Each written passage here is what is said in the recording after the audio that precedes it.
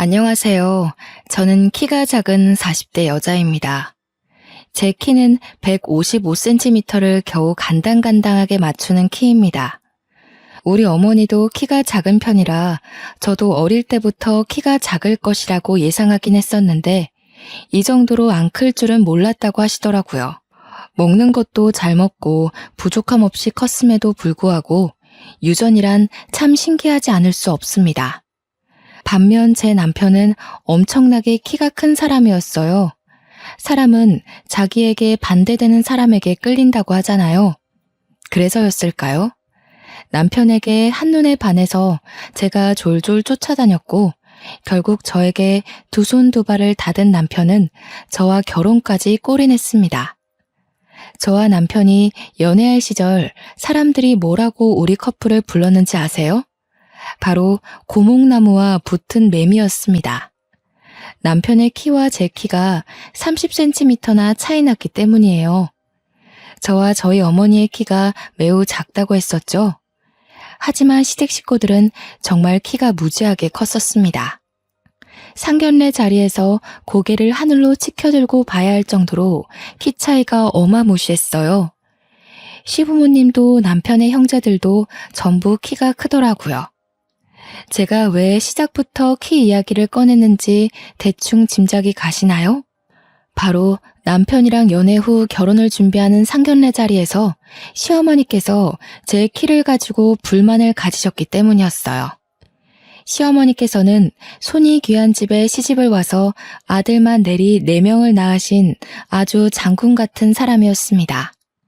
시어머니의 시부모님, 그러니까 남편의 친조부모님께서 시어머니를 엄청나게 아꼈다고 들었습니다. 기골이 장대하고 키가 커서 아들을 줄줄이 낳을 거라고 귀가 닳도록 이야기를 하셨다고 했어요. 그러면서 상견례 자리에서 저에게 한마디 하시더라고요. 사돈댁은 딸만 둘이라지요? 예, 제가 딸만 둘을 낳았습니다. 그런데 무슨 문제라도. 아닙니다. 문제는 없죠. 단지 사돈이 키가 작아서 딸만 줄줄이 낳은 것 같아서 하는 말이죠. 우리 집은 손이 귀한 집안이라 아들을 낳아야 하는데 워낙 며느리들 아이가 키가 작아서 가능할지 모르겠네요. 키랑 자식 성별이 상관이 있나요? 우리 시부모님께서 키가 크고 기골이 장대한 여자가 아들을 낳는다고 하셨거든요. 근데 우리 며느리들 아이도 160은커녕 150도 안 되어 보이니 아들을 낳을 수 있으려나? 사돈, 무슨 말씀이 그러십니까? 세상에 여자 키로 아들, 딸 가르는 법이 어디 있습니까?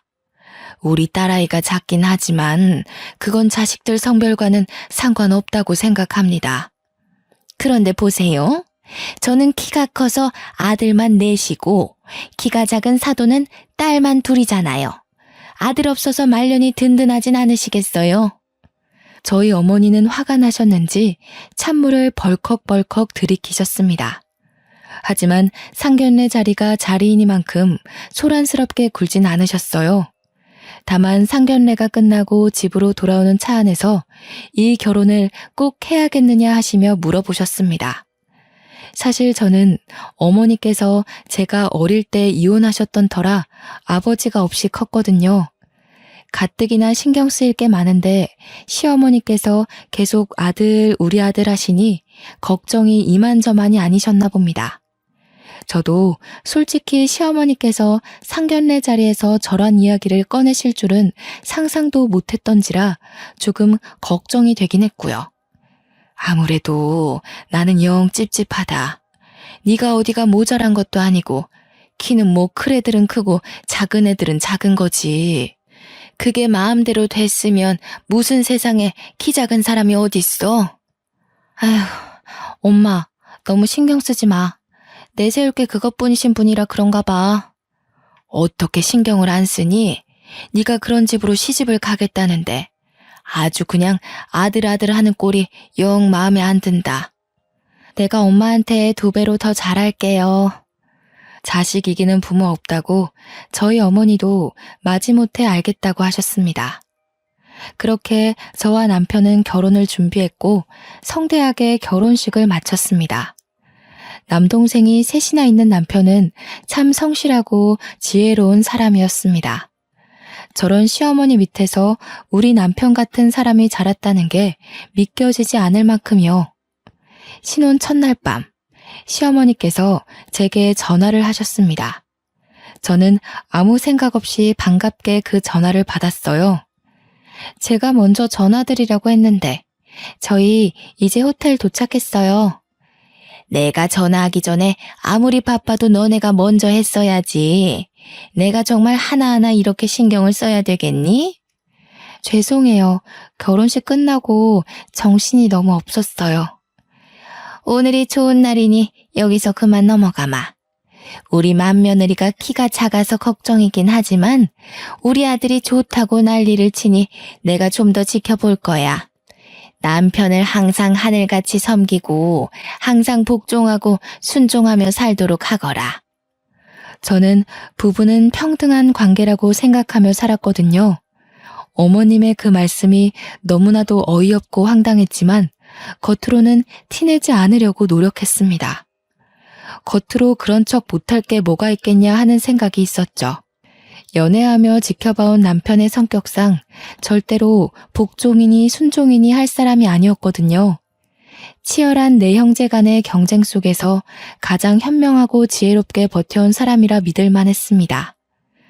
전화를 끊고 누구냐고 묻는 남편의 질문에 저는 가림없이 전부 다 솔직하게 말했습니다. 어머님이셔. 내가 키가 작아서 걱정이라고 하시네? 정말 쓸데없는 미신이라고 생각해. 그냥 한 귀로 듣고 한 귀로 흘려.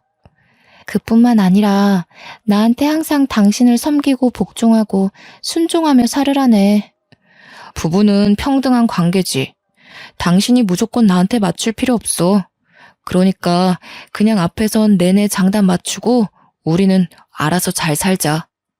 제가 원하던 대로 대답해주는 남편에게 뽀뽀를 한 뒤 저희는 신혼 첫날 밤을 보냈습니다. 그렇게 신혼여행을 즐겁게 마치고 양가에 인사를 드리러 간 날 저는 또 한 번 기함을 토하고 말았죠. 친정에서는 어머니께서 상다리가 부러지게 밥을 차려주시고 혹여라도 저희가 피곤할까 이것저것 하나하나 신경을 써주셨어요. 남편도 몸둘 바를 모르겠다면서 어머니께 진심으로 감사 인사를 했고요. 저는 그런 남편과 저희 어머니를 보면서 가슴 한켠에 차오르는 뿌듯함을 숨길 수가 없더라고요. 이런 게 바로 가족이고 화합이지 하는 생각이 들었습니다. 남편 없이 혼자 고생하며 저를 키우셨던 어머니께서 든든한 사위를 맞이한 것 같다면서 매우 기뻐하셨거든요. 그렇게 분위기 좋은 상태로 시댁에 갔는데 시댁의 분위기는 심상치 않았습니다. 제가 도착하자마자 일단 절부터 하라고 하시더니 앉아서 덕담을 가장한 무리한 요구를 하셨어요. 다른 건 필요 없다. 우리 집안은 손이 귀한 집안이니 아들을 낳거라. 고추가 아니면 아무짝에도 쓸모가 없어. 손이 귀한 집이라고 하기엔 남편의 동생 3명이 전부 다 남자인데 말이죠. 워낙 남아선호 사상이 큰 집안인 건 알고 있었지만 신혼여행을 마치고 돌아오자마자 아들 타령하시는 게 솔직히 너무 부담스러웠습니다. 제가 어떤 대답을 해야 할지 몰라서 우물쭈물하고 있자 남편이 옆에서 심드렁하게 대꾸를 대신 해주었습니다. 나는 딸 낳고 싶은데 형제들만 있다 보니까 애교 있는 딸 낳아서 예쁘게 키우면 그것도 너무 행복할 것 같네. 그러자 시어머니께서 노발대발 난리가 난 거예요. 시아버지가 큼큼 하시면서 말을 아끼시는데 시어머니께서 저에게 화를 내시더라고요. 우리 아들을 어떻게 구워 삶았길래 장손입에서 딸을 담아? 딸을 낳더라도 무조건 아들 낳고 나.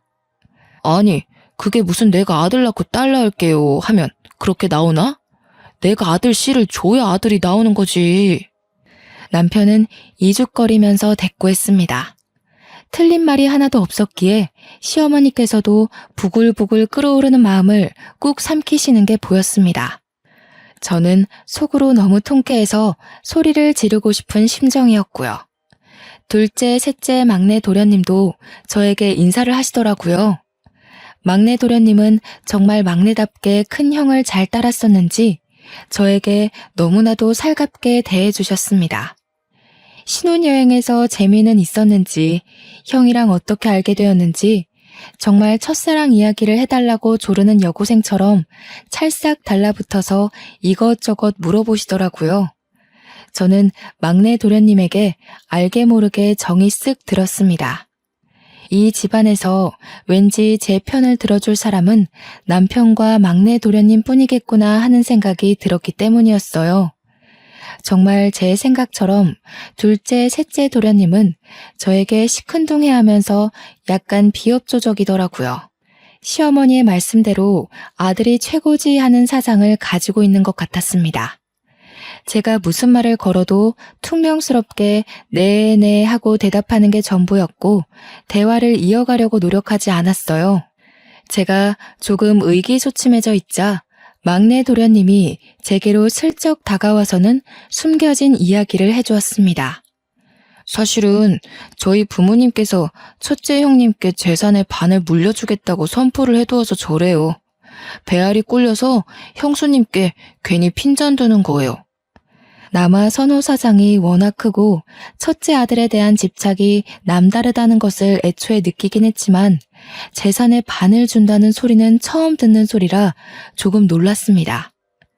시댁이 원래 살던 시골 동네 일대의 땅을 전부 가지고 있다는 이야기는 남편에게 미리 들어서 알고 있었거든요. 그것의 반이 우리 남편에게 온다고 생각하니 속물이라 생각하셔도 할 말 없을 정도로 기대가 조금 되긴 하더라고요. 그 땅이 토양이 좋고 해가 좋아서 농사를 지으면 농작물이 쑥쑥 크는 비옥한 땅이라고 들었거든요. 물론 재산의 반을 받기로 했다는 우리 남편은 정작 별 생각 없어 보이긴 했지만요. 남편은 농사와는 거리가 먼 사람이었습니다. 공장 기술 관리직으로 일하고 있었고 그 자격증을 따기 위해 20대 초반부터 죽어라 공부했다는 걸 알고 있었거든요. 몇 번의 고백 끝에 얻어낸 자격증이라 자기 일에 자부심도 있었고요. 저는 그런 남편의 성실한 모습에 반했던 터라 남편이 관심 두지 않는 땅에 저 또한 관심을 끊기로 했습니다. 그렇게 시간이 흐르고 흘러서 신혼생활에 서로 적응하고 깨를 볶던 어느 날이었습니다. 남편은 평소와 다름없이 출근을 했고 저 또한 회사에 출근을 해서 정신없이 일을 하고 있었습니다. 아무런 문제도 없는 날이었어요. 꿈자리가 뒤숭숭하지도 않았고 기이한 일이 일어나지도 않았던 지극히도 평범한 하루였죠. 하지만 점심시간이 지나서 걸려온 한 통의 전화에 저는 온 세상에 시커멓게 변하는 듯한 기분을 겪게 되었습니다. 남편이 사고를 당했다는 이야기를 듣게 되었거든요. 회사에 제대로 말도 못하고 손만 벌벌 떨면서 팀장님께 급하게 가봐야겠다고 이야기를 하니 제 얼굴을 보고 묻고 따지지도 않고 보내주셨습니다. 저는 택시를 어떻게 잡았는지 병원에 어떻게 도착했는지도 생각이 전혀 나지 않아요. 어떻게 병원에 도착해서 응급실에 들어가 남편을 찾았는데 이미 그 자리에 남편이 없더군요. 남편 이름을 애타게 부르며 찾으니 저를 영안실로 안내해줬어요. 이미 잠들어버린 남편의 창백한 얼굴을 보는데 정신을 잃고 말았습니다. 눈을 떠보니 연락을 받고 도착한 막내 도련님과 시부모님이 제가 깨어나길 기다리고 계셨더라고요. 제가 눈을 뜨자마자 시어머니께서는 제 멱살을 잡고 난동을 부리기 시작하셨습니다. 기어코 이런 사달이 날 줄 알았어. 니년이 기어코 내 아들을 잡아먹어? 어머니, 형수님도 충격에 지금 힘드실 텐데 무슨 짓이에요? 자식을 잃은 나만큼 속이 상하겠느냐. 아이고, 이래서 키 작은 것들은 불경하다고 절대 집안에 들이는 게 아니랬는데. 아이고, 우리 첫째 그렇게 가버려서 어떡하나. 아이고. 저는 눈물만 줄줄 흘리고 있느라 아무 반격도 대꾸도 할 수 없었습니다. 시어머니는 제 멱살을 잡고 계속 쥐어 흔드시며 눈물을 흘리고 소리를 치셨어요. 모든 게 다 제 탓이라고 돌리고 싶으셨겠죠. 남편은 공장 시설 점검을 하다 갑자기 오작동 되어버린 기계에 빨려 들어가 질식사로 사망하게 되었다는 이야기를 추후에 전해 들었습니다. 정말 이야기를 듣는 내내 현실감이 하나도 느껴지지 않아서 꿈속에 있는 것 같았어요. 시어머니는 옆에서 제가 나쁜 년이라고 소리를 치시며 계속 우셨어요. 장례를 치르는 내내 저는 밀랍 인형처럼 바싹 마른 채로 남편의 영정사진만 하염없이 바라보았습니다.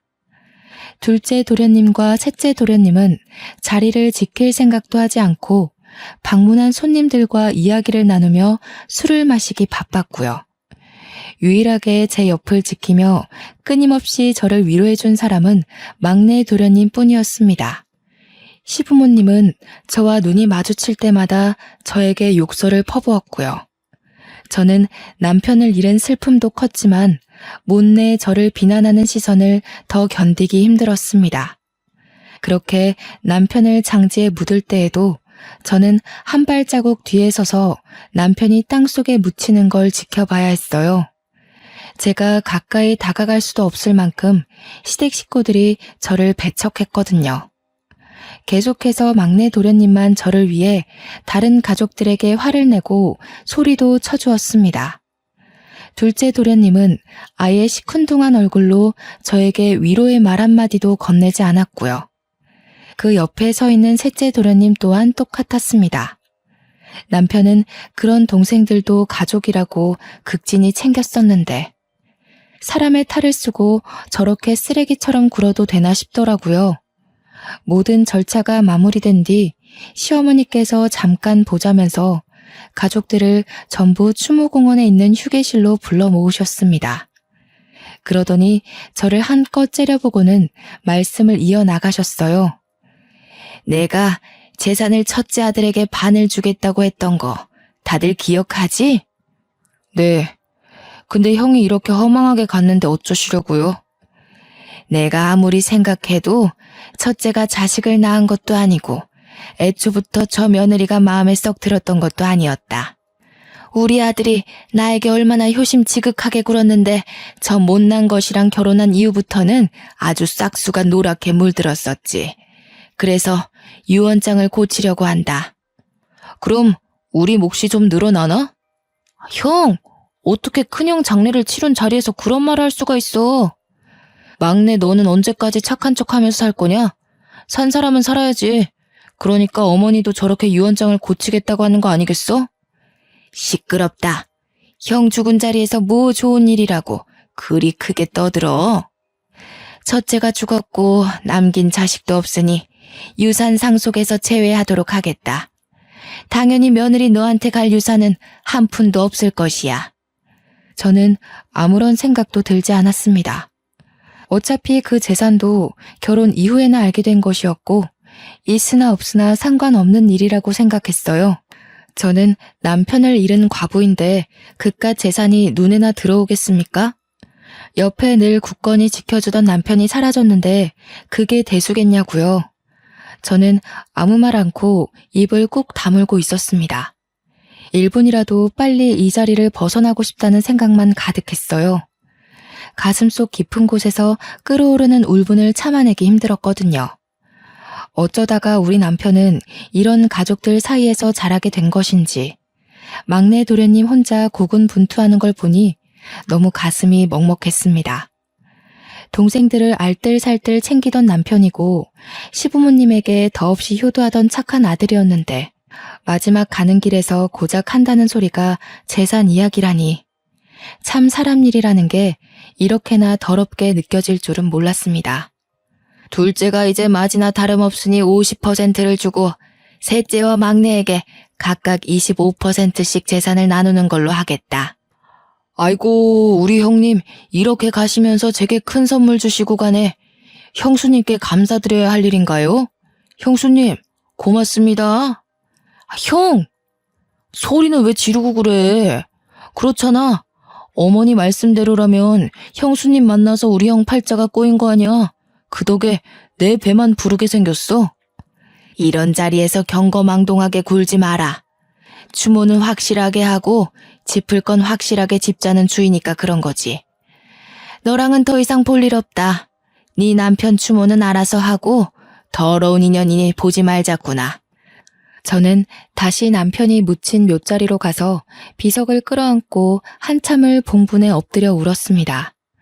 어떻게 자기 친형이 죽었는데 그깟 재산 한두 푼 때문에 웃음을 흘릴 수 있을까요? 저에게 고맙다고 이야기를 하는데 정말 미친놈인 줄 알았습니다. 돈에 눈이 멀어 가족이고 뭐고 아무것도 보이지 않는 사람처럼 행동하는 동생들을 믿고 의지했던 남편이 너무 불쌍했어요. 하늘에서 이런 모습 보며 상처받을까봐 걱정도 되었고요. 두 번 다시는 보지 말자면서 모질게 저를 내치는 시댁 식구들 사이에서 막내 도련님만 하염없이 저에게 미안해했습니다. 저는 막내 도련님에게도 아무 말도 할 수 없었습니다. 남편의 식구들에게 정말 치가 떨릴 정도로 실망했기 때문이었어요. 하지만 순환은 여기서 끝나지 않았습니다. 남편과의 추억이 담긴 물건들을 정리할 엄두가 나질 않아 집에서도 눈물바람으로 지내기를 일주일 정도 했을까요? 회사에도 휴직을 신청해야 하나 고민을 하고 있었는데 부동산에서 전화가 걸려오더군요. 저는 부동산에서 하는 이야기를 듣고 정신이 번쩍 들었습니다. 집주인분께서 집을 팔겠다고 내놓으셨는데 이사 날짜는 정하셨어요? 혹시 이사 갈 집 아직 안 정하셨으면 저희 부동산에 들러서 집 좀 보세요. 집을 팔다뇨? 그게 무슨 소리세요? 이 집은 저희 남편 집이고 저희 남편이 사망해서 집 용의자가 윤복자로 되어 있으시거든요? 저희 시어머니였어요. 생각해보니 시댁에서 집을 해주시겠다곤 했으나 명의를 남편 명의로 돌려주셨는지까지는 정확하게 모르고 있었어요. 그저 아들 집 내가 해줬다라고만 늘 말씀하셨기에 남편의 명의인 줄로만 알고 지냈었죠. 시어머니께서는 본인 명의의 집을 저희에게 빌려주신 것이었고 남편이 사망하자 집을 팔아버리신 거예요. 혹여라도 제가 그 재산을 갈취할까봐 한 푼도 주고 싶지 않은 마음에서 말이죠. 저는 결국 그 집에서 쫓겨나듯 나와야 했습니다. 제 집만 겨우 챙기고 앨범 몇 개만 챙겨서 말이에요. 불시에 들이닥친 부동산 사람들과 집을 보러 온 세입자들이 불편해한다는 이유로 시어머니께서 제게 퇴거 명령을 내리신 겁니다. 부동산 사람들 전화를 받게 한 것도 모자라 내용 증명까지 받게 되니 정말 너무 모질구나 하는 감정밖에 들지 않았습니다. 본인의 아들이자 제 남편이 죽었는데 일말의 감정도 없이 이렇게 일을 처리할 수 있을까 하는 생각이 들었어요. 정말 매일같이 저를 쫓아내고 싶어 했었구나 하는 생각밖에 들지 않았고요. 저는 결국 친정으로 돌아가게 되었습니다. 제 짐이 고작 큰 캐리어로 3개밖에 나오지 않더라고요. 남편의 물건들, 추억이 담긴 모든 것을 시어머니께서 강제로 빼앗아 버리셨거든요. 저에게 남편을 추억할 수 있는 물건이라고는 연애 때부터 함께 차곡차곡 쌓아갔던 앨범뿐이었습니다. 그래도 제가 부인이라는 이유로 남편의 회사에서 산재 처리로 지급된 보험금은 저에게 들어오더군요. 하지만 그 돈은 적금으로 묶어 한 푼도 사용하지 않기로 결심했습니다. 남편이 저에게 준 마지막 선물이니까요. 위로금이 넉넉할지라도 제 옆에 남편이 없다는 사실이 너무 개탄스러웠습니다. 친정 어머니께서도 제가 넋이 나가 집으로 돌아오자 저를 붙잡고 한참을 우셨습니다. 사위가 그립다면서 밥을 참 복스럽게 먹었었는데 이 반찬을 좋아했었는데 하시면서 있을 때 더 챙겨줄 걸 후회하시더라고요. 저는 그런 친정어머니의 마음에 다시 한번 눈물을 흘렸습니다. 그 이후 제가 쫓겨났다는 사실을 뒤늦게 알게 된 막내 도련님이 저희 친정으로 저를 찾아왔어요. 형수님, 제가 형수님께 죄송해서 어쩌죠? 막내 도련님께서 제게 왜 미안해하세요? 유일하게 저를 챙겨주고 위로해주신 분인데 저 꿋꿋하게 잘 견뎌낼게요. 나중에 혹여라도 제가 재산을 받게 되면 꼭 나눠드릴게요. 괜찮아요. 제가 그 돈을 무슨 면목으로 받아 챙기나요? 애초에 돈 때문에 한 결혼도 아니었어요. 그 돈을 욕심내본 적도 없고요. 그저 도련님만큼은 꼭 행복하게 사셔요. 그래도 간간히 연락은 드려도 되죠? 그럼요. 제가 괜찮아지면 밖에 밥이라도 한 끼 먹어요.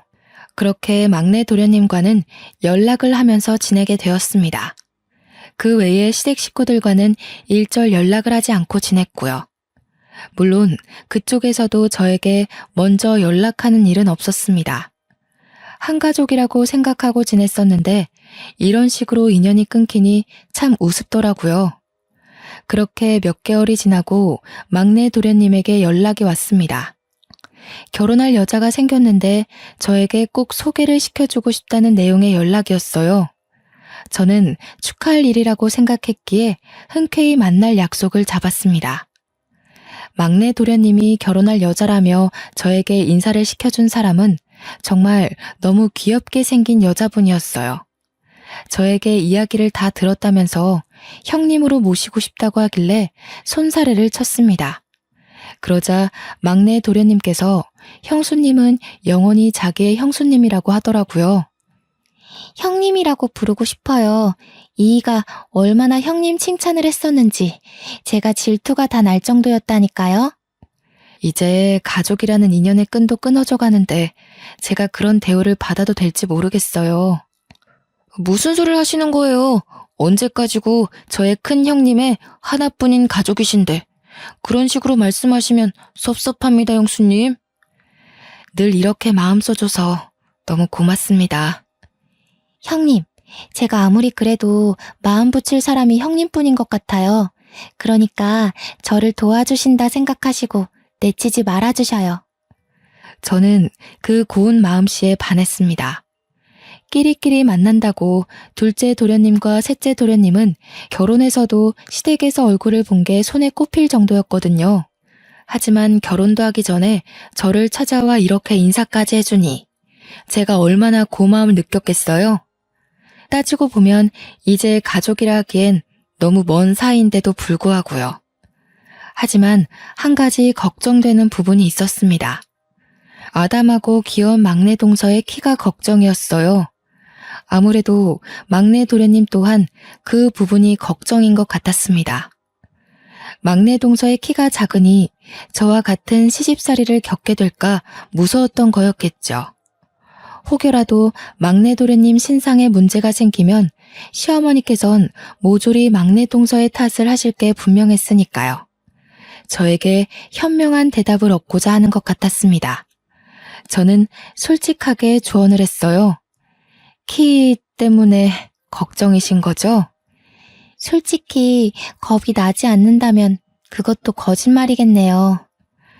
막내 도련님께서 잘 막아주시면 괜찮을 거예요. 거기다가 맏며느리도 아니니 저보다 덜할 수도 있어요. 저는 막내 도련님과 동서의 결혼을 진심으로 축하해 주었습니다. 그리고 청첩장도 받았고요.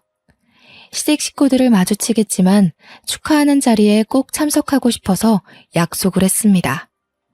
저는 꽤 많은 수모를 당했지만 막내 동서에게는 그런 일이 생기지 않기를 진심으로 기도했고요.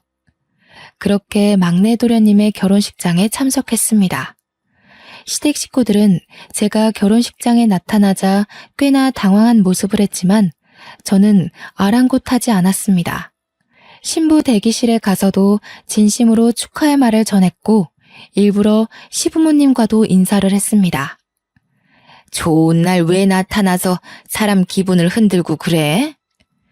막내 도련님까지 장가 보내셔서 홀가분하시겠어요. 꼭 지 같은 거 데려와서는 마음에 드는 구석이 하나도 없어. 키로 구박 그만하시고요. 내 아들 잡아먹은 주제에 지금 우리 집안일에 간섭하는 게야? 좋은 날이잖아요, 어머님. 저는 막내 도련님 진심으로 축하드리려고 찾아온 거예요. 가서 밥이나 든든히 먹고 가. 별일 없이 잘 지내지? 네, 그럼 들어가 보겠습니다. 시어머니께서는 끝까지 저에게 고운 시선을 보내주지 않으셨지만 시아버지는 그동안 많은 생각을 정리하셨는지 아무렇지 않게 저를 대해주셨습니다. 끝까지 아들 잡아먹은 여자라고 저에게 비수를 꽂았지만 그동안 저도 많은 내성이 생긴 건지 흘려듣게 되더라고요. 막내 도련님은 진심으로 행복해 보였어요. 저처럼 당하고만 살지 않기를 진심으로 기도했습니다. 결혼식 이후로도 저는 막내 도련님과 동서를 자주 만났어요. 동서는 시댁 식구 중에 마음을 붙일 사람이 전혀 없었는지 저에게 갖가진 괴로움을 토로했습니다. 사람은 참 변하지 않는다고 시어머니께서는 여전히 키로 사람을 구별하는 것 같았습니다. 그 와중에 막내 동서는 임신까지 했는데도 여전히 딸 낳을 게 뻔해서 궁금하지도 않다고 막내 동서에게 상처를 주셨더라고요. 그러더니 시어머님께서 저에게 딱 말씀하시더라고요. 키가 작아서 아들 낳겠다고요. 남편이 화내지 않았으면 저 정말 심장이 터졌을지도 몰라요. 그 자리에서 대들기가 쉽지 않지. 키가 작아서 아들 못 낳을 거라는 건 도대체 어느 시대 발상인지 모르겠어. 그것뿐만이 아니에요. 임신 초기라 조심해야 하는데 어차피 딸 낳을 건데 조심할 필요가 있겠냐고. 첫 아이를 딸 낳으면 그때부터는 줄줄이 아들 낳는 길이 막힌다고. 아, 참. 그래서 쉬지도 못하고 내내 시댁에서 일만 하다 온 거야? 어쩌겠어요. 형님들은 아무도 안 오시지. 일할 며느리는 저밖에 없지. 이제 와서 저한테 도망간 첫째 며느리는 일은 잘했다고 비교를 하시지 뭐예요. 저는 막내 동서를 매번 달래주었습니다. 가끔 만날 때면 임신 중이라 분명 몸무게가 늘어야 하는데 꼬투리를 잡아 시집살이를 시키는 시어머니 때문에 하루하루 말라가더라고요. 저의 과거를 보는 것 같아서 마음이 참 아팠습니다. 그러던 도중 시아버지께서 농사를 지으시다가 농기계가 뒤집어지면서 큰 사고를 당했다는 소식을 접했습니다. 시아버지의 안위도 걱정되었지만 모든 화살이 막내 동서에게 씌워질까 겁이 났죠. 시아버지께서는 시름시름 앓다가 결국 첫째 아들 옆에 묻히게 되었습니다. 당연히 저도 장례식장에 참석을 했어요. 일찌감치 찾아뵙고 싶었지만 제 일이 바빠 발이 나는 날 오전에서야 장례식에 참석할 수 있었고 추모공원까지 함께 참석했습니다. 그런데 막내 동서를 엄청나게 닥달하고 잡아먹을 것처럼 굴 줄 알았던 시어머니께서 은근히 아들들의 눈치를 보고 계셨습니다. 저는 저에게 했던 것과 달리 막내 동서의 옆에 은근히 붙어서 둘째, 셋째 도련님 가족들의 눈치를 보는 시어머니가 참 이상하게 느껴졌어요. 시어머니께도 인사를 드리고 집으로 돌아와 막내 동서에게 수고했다고 연락을 했습니다. 그러자 막내 동서가 저에게 조용히 비밀을 말해주더라고요. 장례식장에서 큰 소란이 있었어요. 시어머니께서 제 옆에 은근히 붙어있는 거 보셨죠? 무슨 소란이 있었길래 그래? 나는 막내 동서한테 덮어 씌울 줄 알고 솔직히 걱정 많이 했어. 글쎄, 둘째, 셋째 형님들이 유산을 내놓으라고 어머님을 협박하듯 겁을 주시더라고요. 그 재산 다 들고 죽으면 무슨 소용이 있냐면서 아버지도 돌아가셨는데 당장 내놓으라고요. 뭐? 장례식장에서 그랬단 말이야? 저랑 남편이 얼마나 놀랬겠어요. 남편은 형들 말리고 저는 어머님 옆에 서서 그러지들 마시라고 소리 지르고 시어머니께서 자기 죽거든 가져가라고 울면서 소리치시고 금이야 오기야 키운 아들들이 돈 때문에 하극상을 벌이니 어머님도 엄청 놀란 눈치시더라고요. 그전까지는 이렇게 대놓고 달라고 한 적이 없었대요. 그래서 어머님은 지금 어디 계신데? 형님들이 죽일 것 같은 기세로 달려드니 무서우셨겠죠. 그래서 지금 저희 집에서 지내고 계셔요. 다행히 저희 집에 오신 뒤로 시집살이며 구박이며 하나도 없이 조용히 지내고 계세요. 그렇게 시집살이를 시키더니 못돼 먹은 아들들에게 결국은 이런 꼴로 쫓겨나듯 도망치게 된 거였죠. 저는 고소하다는 생각이 들면서도 말년이 참 힘드시겠다 싶었습니다. 동서에게 잘 이겨내라고 말한 뒤 한동안 까먹고 지내고 있었어요. 한 달이 좀 지났을까 갑자기 막내 동서에게 급하게 연락이 오더라고요. 형님, 혹시 시어머니께 연락받은 거 없으셔요? 없는데? 왜? 무슨 일 있어? 제가 거의 출산이 임박해서 마지막 진료를 보러 산부인과에 갔다 온 사이에 시어머니께서 사라지셨어요. 울면서 소리치는 동서가 걱정되어 저는 집에서 일을 하고 있다가 당장 동서네 집으로 달려갔습니다. 집은 난장판이고 경찰도 와 있더라고요. 경찰은 강도 사건으로 생각하고 조사를 하고 있다고 지문이며 발자국 같은 걸 채취하고 있었습니다. 엘리베이터 CCTV 화면에 복면을 쓴 남자 둘이 동서네 집 층에 내렸고 복도 CCTV에도 문을 열고 들어온 흔적이 남아 있었습니다. 동서는 울면서 경찰의 말에 성실하게 대답을 하고 있었어요. 저는 만삭인 동서에게 무리가 갈까봐 무척이나 걱정이 되었습니다. 아, 생각났어요. 저 집에 아이가 태어날 걸 생각해서 거실이랑 안방에 홈 CCTV를 며칠 전에 설치해뒀어요. 움직임을 감지하는 CCTV라 아마 찍힌 게 있을지도 모르겠어요. 동서는 헐레벌떡 컴퓨터를 켜서 녹화된 부분이 있는지 찾아보기 시작했어요. 그러자 파일 여러 개가 있더라고요. 거실 CCTV를 확인하는데 복면을 쓴 남자 둘이서 집으로 들어와 시어머니를 막 잡아당기고 난투를 벌이고 있더라고요. 그 순간 시어머니께서 한 남자의 복면을 확 벗겨내는데 저는 정말 큰 충격을 받았습니다. 복면 밑에 숨겨진 얼굴이 둘째 도련님이었기 때문이었어요. 소식을 듣고 달려온 막내 도련님은 그 화면을 보고 화를 숨기지 못했고 경찰은 아는 사람인지 물어보았습니다. 동서는 수치심에 얼굴이 빨개져서 차마 가족이라고 말도 못하고 입을 꾹 다물길래 제가 대신 대답했어요. 둘째 도련님이네요. 그러니까 납치당한 시어머니의 둘째 아들이요. 경찰들도 모두 당황하더라고요. 결국 둘째 도련님의 차량이 수배되고 셋째 도련님까지 연관된 게 틀림없을 거라고 추적을 부탁드렸습니다. 나머지 복면을 쓴 한 명이 셋째 도련님이지 누구겠어요? 이틀을 꼬박 추적하고 저는 그동안 막내 동서의 옆에서 무리가 가지 않도록 자리를 지켰습니다. 경찰이 시어머니를 찾은 것 같다는 연락을 했고 저희는 한달음에 이름도 모를 야산으로 달려갔어요. 정말 아무것도 없는 동네 야산이라고 하기엔 꽤 큰 산속에서 시어머니가 발견되었습니다. 추위에 발가락은 다 동상을 입어서 당장 응급처치가 필요한 지경이었습니다. 추위를 피하려고 낙엽 속에 들어가 체온을 높이려고 했다는데 이 추운 겨울바람에 낙엽 속에 들어가 봤자 땅이 꽁꽁 얼어있는데 무슨 소용이 있었겠습니까? 막내 동서는 그런 시어머니의 모습을 보자마자 울고 불고 난리가 났고요. 시어머니께서도 불이 나게 찾아온 저와 막내 동서 그리고 막내 도련님을 보자마자 오열을 하셨습니다. 그깟 재산이 뭐라고 하시면서 우시는데 마음이 참 불편하더라고요. 시어머니께서는 병원에서 안정을 찾고 기본적인 검사를 마친 뒤 발가락 동상 치료를 받기로 했습니다. 경찰들도 입원실에 찾아와 시어머니께 진술을 받아갔고요. 결국 둘째 도련님과 셋째 도련님은 검찰로 넘겨지게 되었습니다.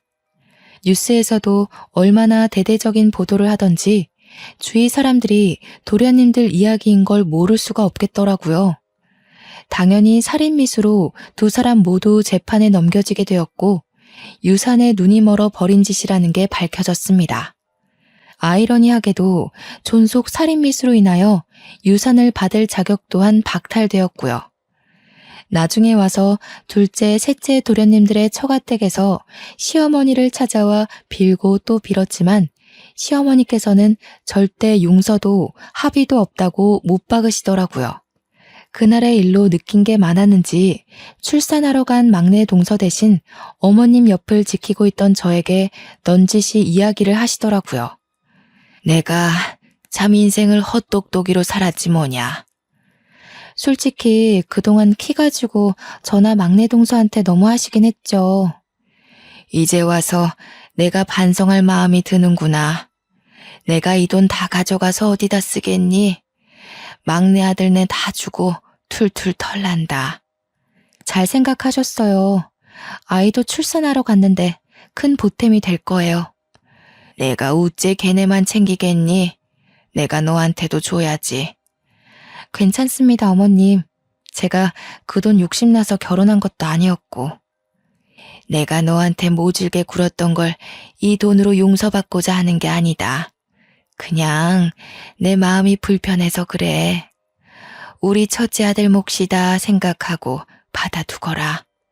나중에 시어머니께 이야기를 들은 막내 도련님도 제게 그 돈을 꼭 받으라고 하더라고요.